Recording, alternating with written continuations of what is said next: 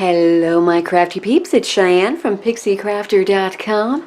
As you can see, I have purchased a Tim Holtz stamping platform and I could not be happier with it. It is really wonderful and I see myself getting a lot of use out of it. Now there are a ton of videos out there kind of really showcasing the Tim Holtz platform and all the things that you can do with it, so I'm just going to keep this fairly basic. You have this wonderful lid here that if you hold it straight up and down, you can pop it off. So now this is where you're going to put your stamps.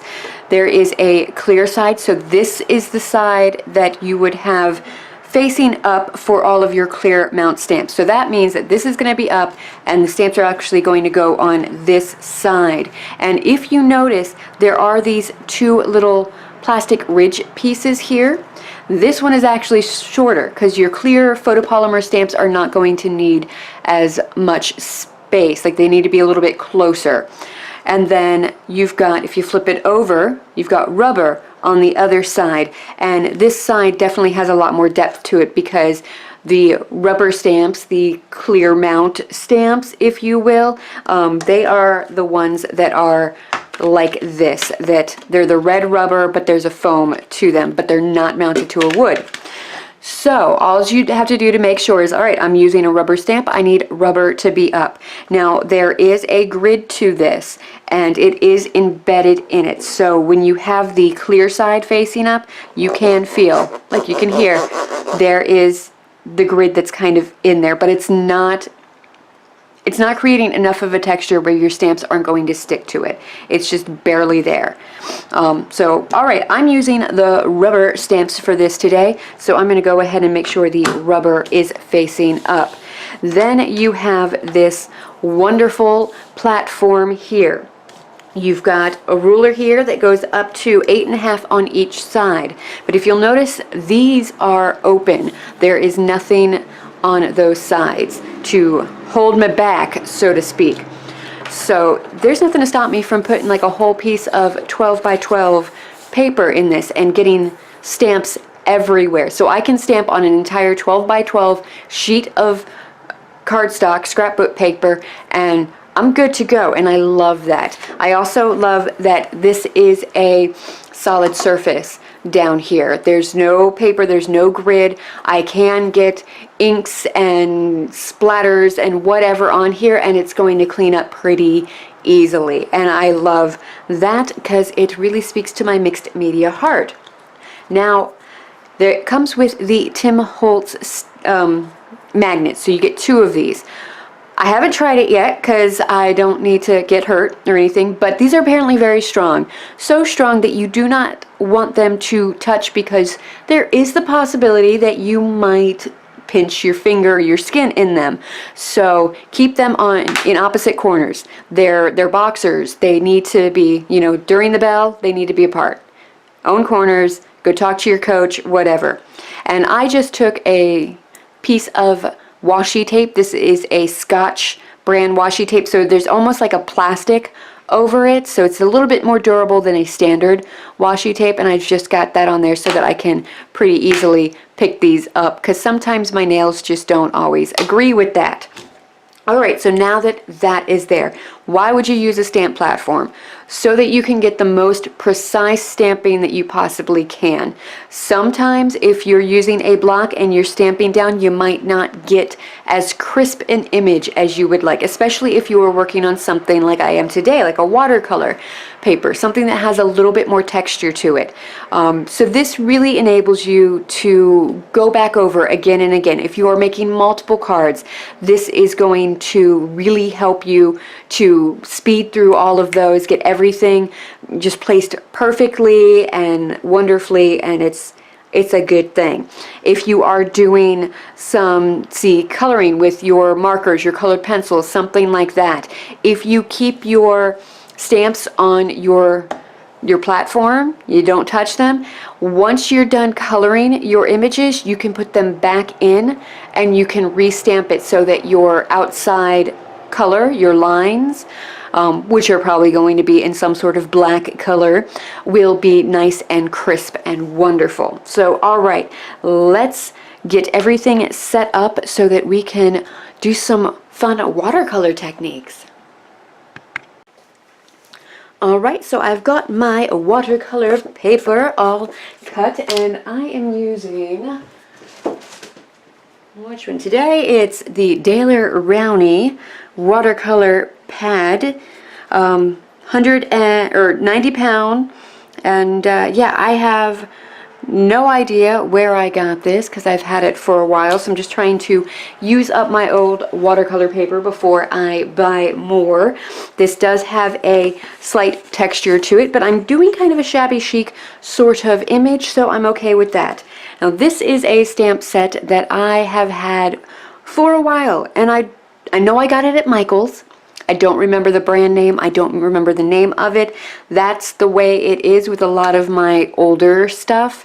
Is I would unpackage it and put it where I thought it needed to be without paying attention to things like brands and collections. So I want to use this lovely lady here. Now, I've stamped with her before, and she is gorgeous, but she is kind of hard to stamp with. Now, I'm going to go ahead and, because I haven't used this in a while, I'm going to clean her off with my Stampin' Mist and Stampin' Scrub. So just a couple sprays down there with my Stampin' Mist. And I'm going to go ahead and just get her all cleaned up, and then I'm going to go ahead and clean the back too. Sometimes if your cling mount stamps aren't sticking, this is kind of what you need to do. Now I'm going to go ahead and use the other side to get her dried off. There we go. And now we are ready to go. Now again, I want this to be more of a fun mixed media type card. So I am going to want her, I think, maybe up over here in the corner. Because I'm pretty sure I'm probably going to be doing more. I think I'm going to have to. Because I can't just stop at that, can I? No, I need some script. So here is some script stamp. Again, this is something I got from Michael's. Most of my old stash stuff is from Michael's. So I'm going to actually go ahead and stamp this first. I'm going to flip that around because I noticed there's some stiff on it. So I'm going to get this positioned up. This is a wonderful stamp. There's just a lot of little like ledger and script and stuff like that on it. So I'm going to pull my cardstock out a little bit from the corner there, and I'm not going to be too worried if this is going to stick or not, so I'm not worrying about placing the magnets over it yet. Now this is a clear stamp, so I am going to have to switch this around to the other side. I'm going to go ahead and pop that down, make sure it sticks, and there we go. I'm ready to stamp. Now I want to stamp it with something. I'm planning on watercoloring, so I need to stamp this with something that's not going to bleed too much, but I don't want it to be super bright either. I want it to kind of fade into the background. So I have this Carnation Red archival ink that's just been hanging around, chilling, eating my donuts. So I'm going to go ahead and use this. Hopefully it's still viable. Okay, yes, it looks like it's inking up quite nicely there. Let me move this so it's a little bit more all in frame. So all right, nice and inked up there. Good and juicy, because I'm actually going to stamp off and then stamp, so it's going to be a lighter image. So I'm going to use just a paper towel, and I'm just going to go like that. And that's going to take off some of that ink. Actually, over here, I want that to be a little bit more distressed too. And now I'm going to swing that over, get some good pressure on all over the place. There we go. And lift it up. Alright, I can see down here. Need a little bit more. Alright, I think I'm just going to have to ink up that section just a little bit more, so I want a little going on there. And it looks like I stamped off just a little bit too much. But that's the glorious thing about this, right? I can go back in and finesse everything. And it's all good. Maybe, possibly. I think I keep taking off too much. Oh, you know why? Because that's not where I need to stamp it. Ha ha ha. Yeah. That's where I need to be. That explains the problem, doesn't it? Yeah, we all have issues, don't we? No, we can't all be fabulous all the time, because there's always room for more. Alright, so really pushing that down. There we go. That's what I'm wanting. So now I'm just going to take a baby wipe and I'm going to clean off this stamp, and that's also going to give all of this a little bit more time to actually dry down. Archival ink is a permanent ink. It's acid free and it's waterproof, so it should hold up with everything, but it does have to be dry. Alright, other options I could have done. I could have used Versamark and white or clear embossing powder to get a nice embossed resist effect if I wanted to. Alright, now we've got that. Let's keep moving on. I think we've got a good flow going, so let's get our little lady over here. And yeah, I think I just want her to be right about there. This is bigger, my piece of watercolor paper. It's bigger than I'm going to need it to be. So I'm going to keep that in mind as I'm placing it. And this one I am going to go ahead and pop down those magnets. I do need to switch this back over to the rubber side. Go ahead, and I've got her. She's captured. Alright, now I'm going to take my Memento Tuxedo black ink. This is also a fast fade resistant dye ink. This is a Copic friendly ink too, if you are curious. A Copic chameleon pen alcohol ink friendly ink. And I'm just going to go ahead, overdo it with the actual inking it up, and then let's get this popped on over there. Give some good pressure. I do like that it's very easy to get a good pressure over everything. And there we go. There she is. I want her to be a little brighter though. So I'm going to go ahead and ink her up again.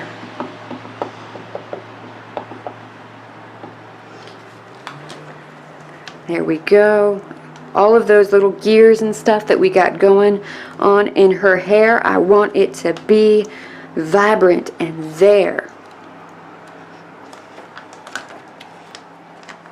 Alright, and I'm actually going to go ahead and do it one more time because I think that I can get an even better impression. I want her to stand out from everything.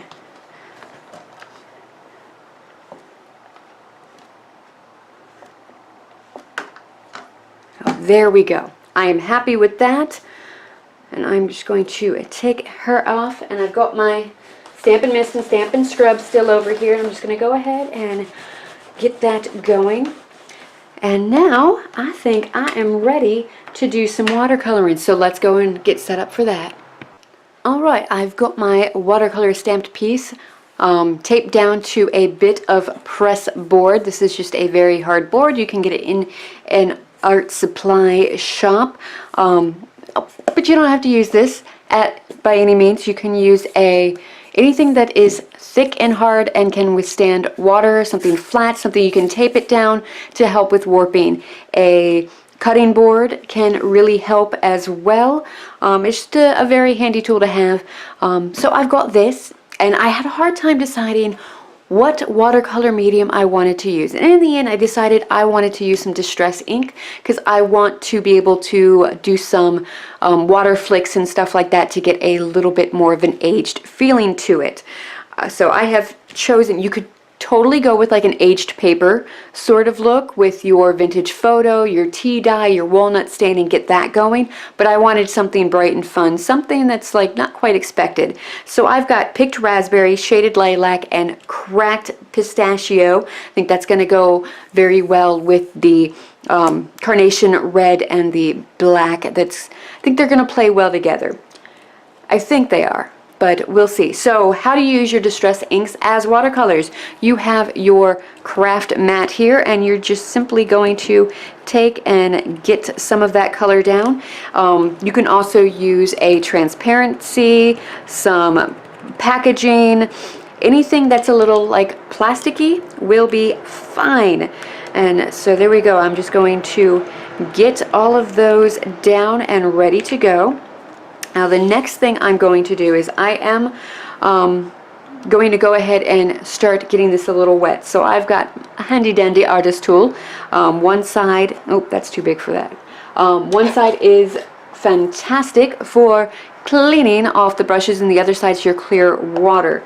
So I'm going to go ahead and really load this up with some clear water. I probably should have hit this with the heat set a little bit, but I'm okay with, because I can see the archival ink, it's starting to bleed a little bit because I didn't actually bring my heat tool over it and heat set it.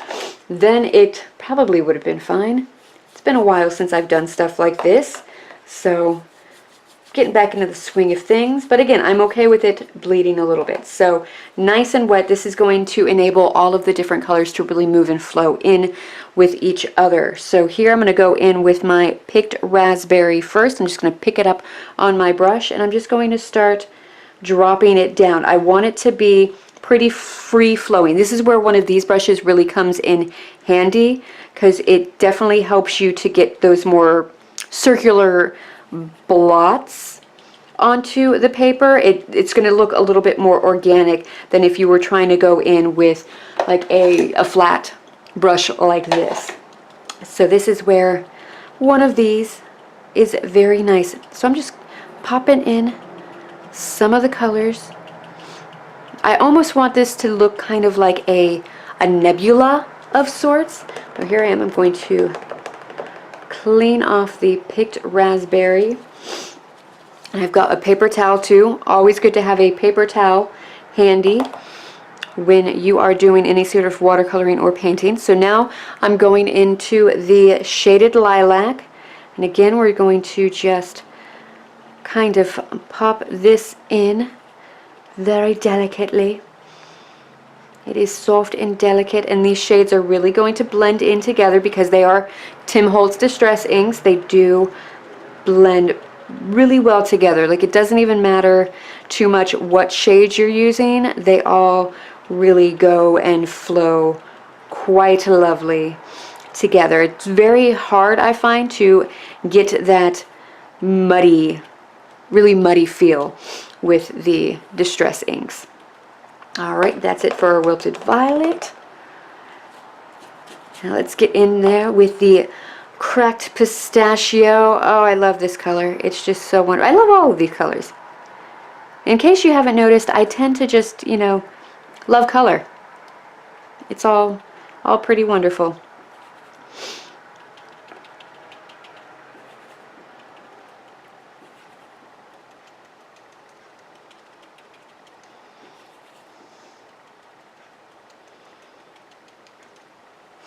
Alright, so there is my nice little flowing nebula there.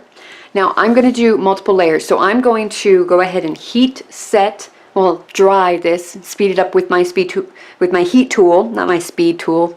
It does make things go faster, but I'll clear up these extra puddles here. So yeah, I'm going to use my heat tool to speed it up. You can let it air dry if you want. I want to get this done and ready and set, so that's what I'm going to do.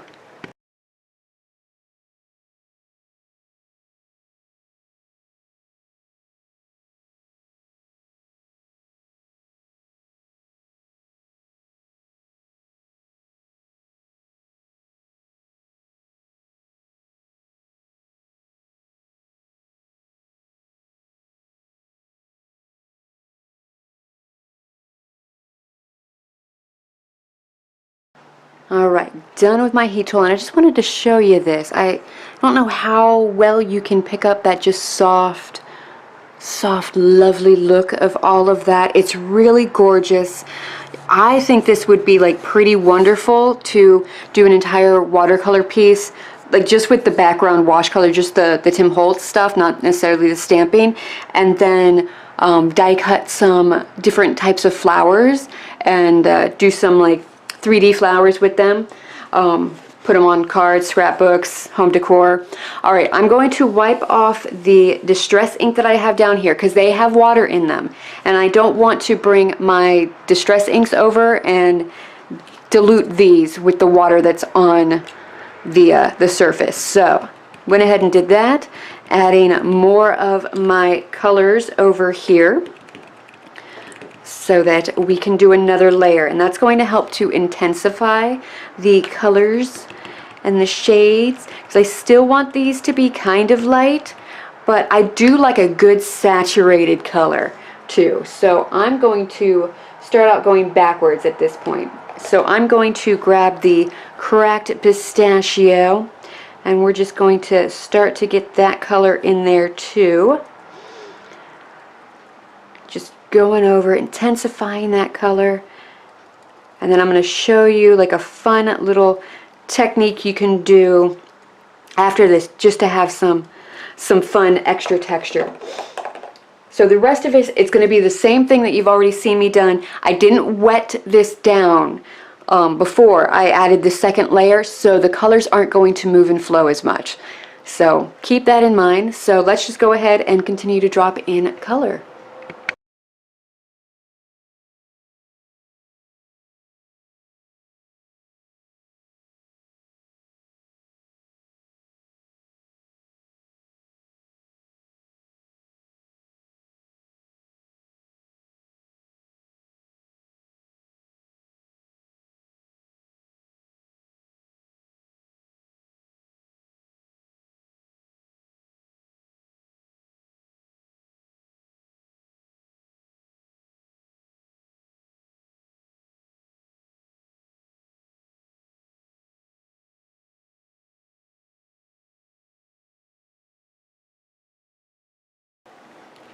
Okay, so here you can see we have built up the brightness a little bit.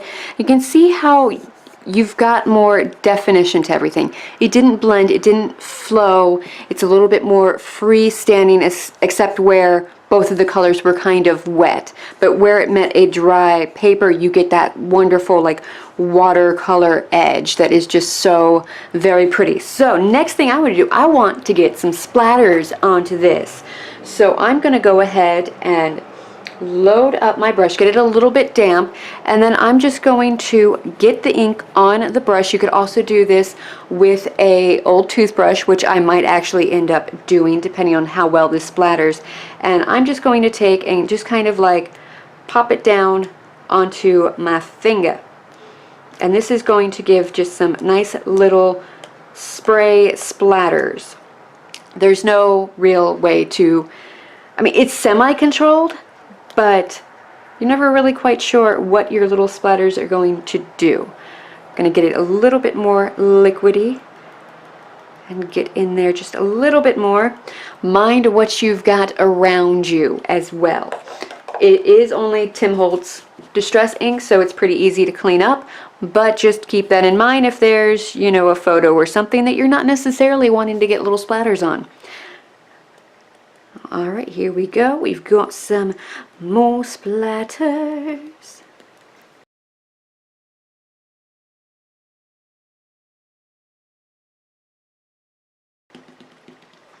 Alright, now I'm going to show you how to do it with the toothbrush. So I've got my toothbrush, I got it wet, and I'm just going to go in and pick up that color with my toothbrush, and then you're just going to take and just run your fingers over it, just like that. And that's going to give you a little splatter action going as well. And depending on how liquid you have your mix, it's going to determine how big your splatters are going to be. Oh, this is just a nice way to get a nice, more even splatter over everything. Oh, all right, I am happy with that. I just wanted just a little bit extra texture going on in that. And I think I'm going to want to add some other splatters onto this, because I think it needs just a little bit more depth, and I love adding black and white to things. So that's what we're going to do now. Now I have a couple different ways that I can add those different splatters to it. I can use acrylic paint, I can use re-inkers, and I think that's actually what I'm going to do. So I'm going to get an acrylic block. As soon as I can find where I put all of my acrylic blocks. Alright, here we go. Alright, step 1, I've got just a basic acrylic block. Step 2, I've got my Stampin' Up! Whisper White re-inker, ink refill. This is a pigment ink. So I'm going to, actually, yeah, I'm going to shake it up because I feel better shaking things up sometimes. Sometimes you got to shake things up. Alright, I'm just going to pop that right onto the corner of this. I've done this in other tutorials before, at least one other, where I use the pigment white ink refill. Alright, so you can see this is a pretty thick liquid. Like it's not really moving around. We need to get it to the point where it's going to actually move and flow a little bit. I'm going to change out my brushes. I'm going to get one that's a little bit smaller. There we go, but still in that shape. And I'm going to grab some clean water, and I'm just going to dilute this a bit so that it can flow. So just keep doing that, but I still want it to be fairly opaque too. Like I don't want it to be translucent. I don't want it to be too much of a wash. Oh, all right, got this. Let's go ahead and we're just going to flick it off the edges. And this is going to give you, it's just a wonderful, lovely splattered effect too.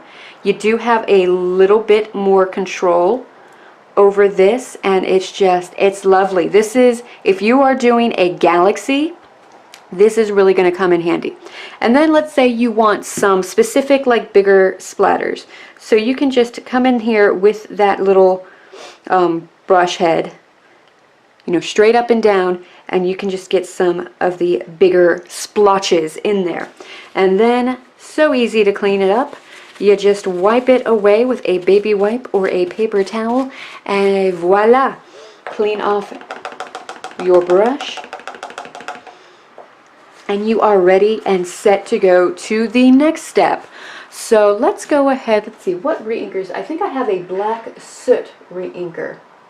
No, I'm going to use acrylic paint because I want these to be, you know, thicker. If you're going to use like an ink or a stain that's not pigment, one of the dye ones, it's going to be more of a watercolor. It's going to sink down into the paper a little bit more.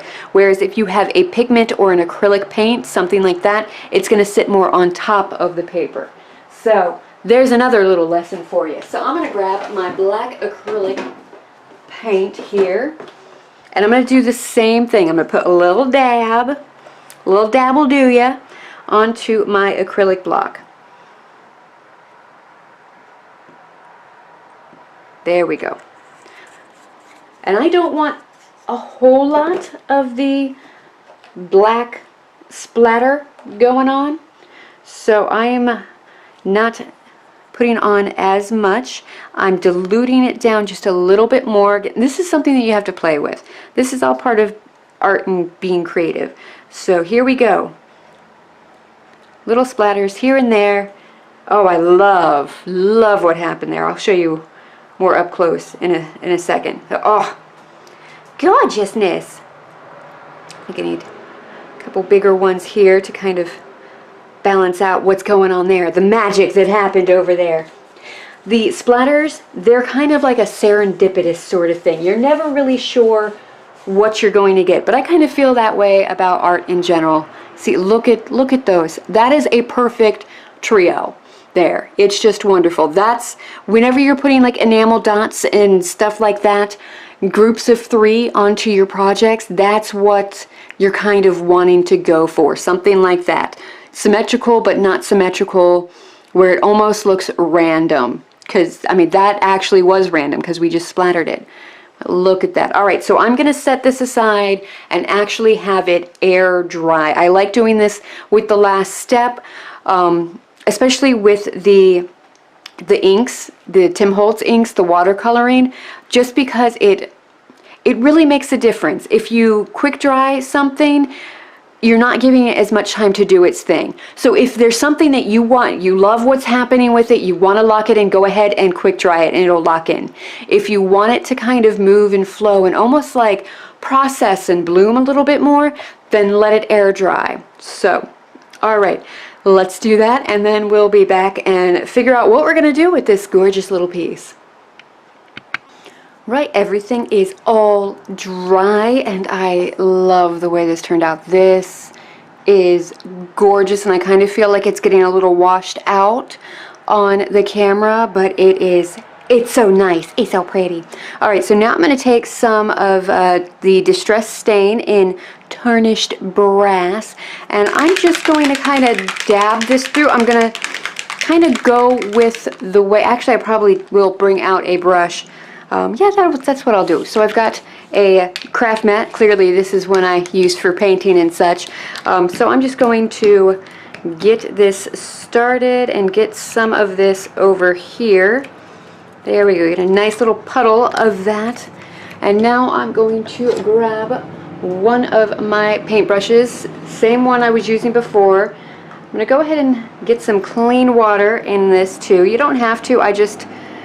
I don't know, I like to have my brushes a little damp before I go in, and I'm just going to do kind of like that same thing. I'm just going to kind of squoozle it all about, and then I'm going to do something a little different after that because I want to soften it.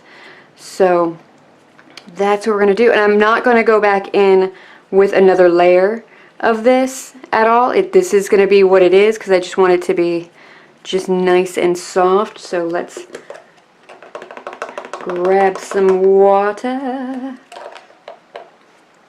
and we're just going to kind of melt that around, blur out the edges. I'm not putting a whole lot of pressure onto my piece here.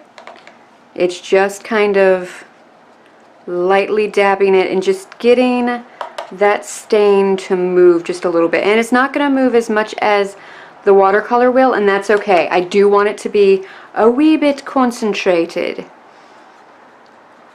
but I want it to be just a little bit more diffused at the same time. And now this I am definitely going to let go ahead and air dry all on its own. You don't have to, but again, you're going to get different effects when you let it air dry versus speed drying it.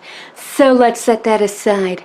Now you can kind of see that's what I got going on there. I want to diffuse this section up a little bit. I'm seeing too many of the splotchies going on right there. So there we go. Alright, so setting this aside to dry.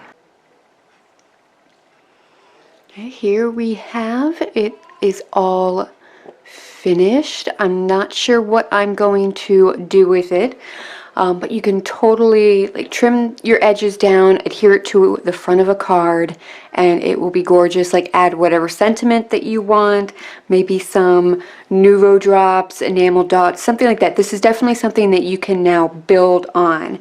I think that since I'm getting more into scrapbooking and rediscovering that, this is probably going to end up in a scrapbook layout. So I think it would be a wonderful piece to kind of have a photo kind of layering over it and just build upon that. So that would be pretty awesome. She's got some gears in her hair, so adding some clockwork gears to this too will be very nice. But that's it for this particular piece here. I had a whole lot of fun making it, and I look forward to doing more stuff like that. Alright, until next time, happy crafting. Bye!